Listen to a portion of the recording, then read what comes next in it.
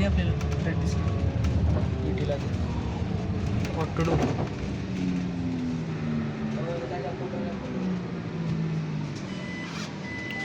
तिकडला घे कॅमेरा समोर कॅमेरा. नकली आहे. नकली आहे नकली. असलेला कलर मारलाय. नाही नकली आहे. नकली आहे. अरे वापरून डमी झालं का? हां वही वही तसं आहे ती कलर. कॅन्टर बघायचं पाहिजे. पहिली बार देखा विमान. टँक पुढे रिअल टँक आहे.